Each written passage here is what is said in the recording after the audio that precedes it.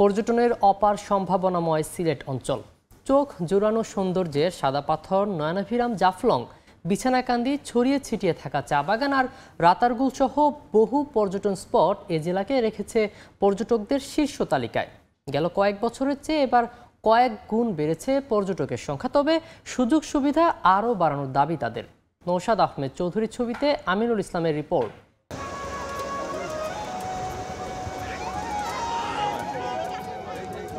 মেঘ, পাহাড় আর নদী যেন মিলেমিশে একাকার। পাথরের ওপর দিয়ে প্রবাহিত পানি, আর তাতে পর্যটকরা মেতেছেন জলকেলিতে।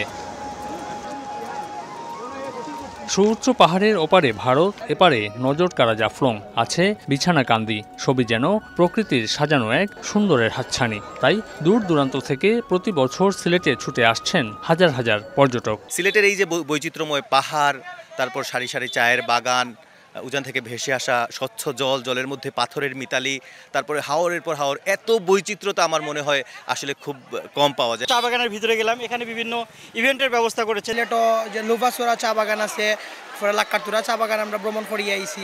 ঈদের ছুটিতে সিলেটের বিভিন্ন পর্যটন স্পটে বেড়েছে পর্যটকদের চাপ। চা বাগান, সাদা পাথর, রাতারগুল সহ বিভিন্ন স্পটে পরিবার নিয়ে ঘুরে বেড়াচ্ছেন ভ্রমণ পিপাসুরা। প্রাকৃতিক সৌন্দর্য দেখে আনন্দিত হলেও যোগাযোগ ব্যবস্থা ও অন্যান্য সুযোগ সুবিধায় নজর দেওয়ার আহ্বান তাদের। সাদা পাথরের কথাও বলি, নৌকা ঘাটটা যদি আরেকটু ভালো করা যেত তাহলে মানুষ খুব সুন্দরভাবে ইজিলি হচ্ছে নৌকায় চড়তে পারতো।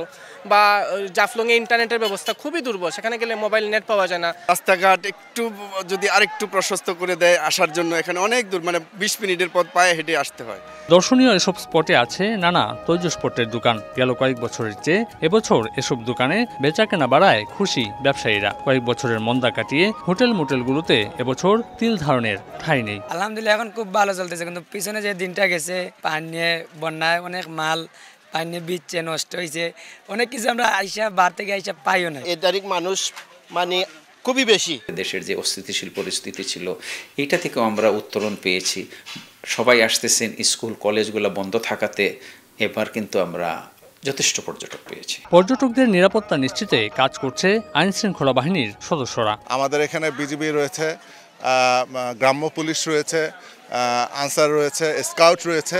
এই জায়গাটা অত্যন্ত নিরাপদ। এবছর ঈদের টানা ছুটিতে সিলেট অঞ্চলের পর্যটন স্পটগুলোতে 10 লাখের বেশি পর্যটকের সমাগম হয়েছে বলে জানান পর্যটন ব্যবসায়ীরা। সম্ভাবনাময় এসব পর্যটন স্পটের নানা সমস্যা দূর করতে পারলে বাড়বে পর্যটকদের উপস্থিতি। পাশাপাশি সরকারও প্রতি বছর বিপুল পরিমাণ রাজস্ব আদায় করতে পারবে বলে মনে করছেন সংশ্লিষ্টরা। আমিনুল ইসলাম, সময় সংবাদ, সিলেট।